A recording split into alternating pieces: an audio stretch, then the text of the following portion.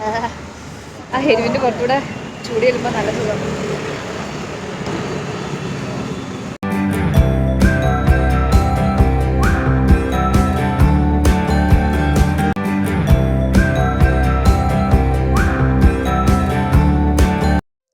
Hello നമസ്കാരം, ഞാൻ Aparna Vennila. Welcome to Alohomora.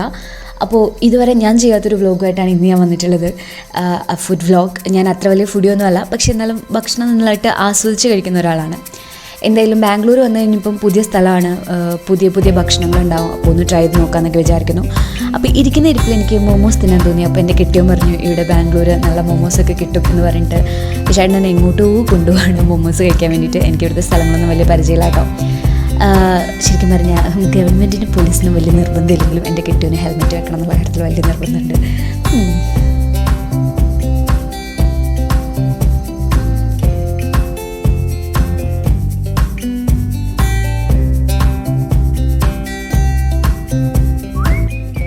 അപ്പോൾ നമ്മൾ ഇവിടെ നിന്നാണ് മോമോസ് കഴിക്കുന്നത്.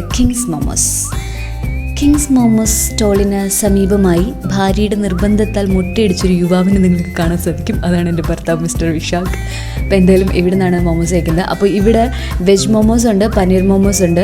പക്ഷേ നമ്മൾ വന്ന സമയം ഭയങ്കര നല്ലതായതുകൊണ്ട് ഇപ്പോൾ ഇവിടെ ചിക്കൻ മോമോസ് മാത്രമേ ഉള്ളൂ. പിന്നെ എനിക്കും അതാണ് ഇഷ്ടം. അതുകൊണ്ട് നമ്മൾ ചിക്കൻ മോമോസ് തന്നെ കഴിക്കാമെന്ന് വിചാരിക്കുന്നു. അതും സ്റ്റീംഡ് മോമോസ്.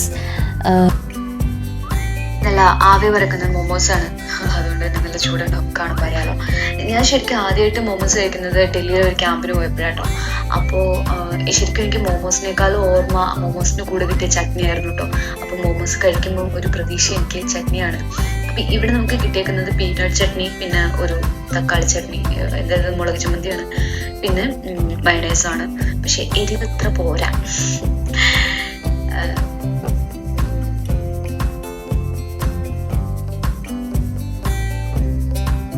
നമുക്ക് ഒരു പ്ലേറ്റിൽ 8 പീസ് ഉണ്ടായിരുന്നു. 60 രൂപയാണ് കേട്ടോ സ്റ്റീംഡിൻ്റെ ഒരു പ്ലേറ്റിന്.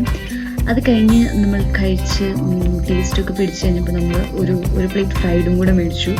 അത് പക്ഷേ ഭയങ്കരമായിട്ട് ഫ്രൈ ആയിട്ടുണ്ടായിരുന്നു കേട്ടോ. ഒരു സമൂസയൊക്കെ കഴിക്കുന്ന പോലെ ഉണ്ടായിരുന്നു.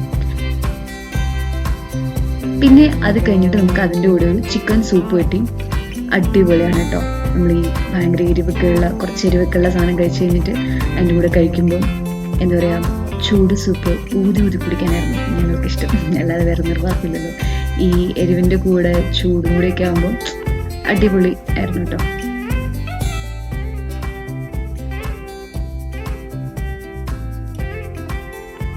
വീഡിയോ ഇഷ്ടപ്പെട്ടെങ്കിൽ ചാനൽ സബ്സ്ക്രൈബ് ചെയ്യുക, നമ്മുടെ ബെൽ ഐക്കൺ ഒന്ന് എനേബിൾ ചെയ്ത് വെച്ചേക്കുക. അപ്പോൾ വീണ്ടും സന്ധിക്കും വരെ വണക്കം. Thank you.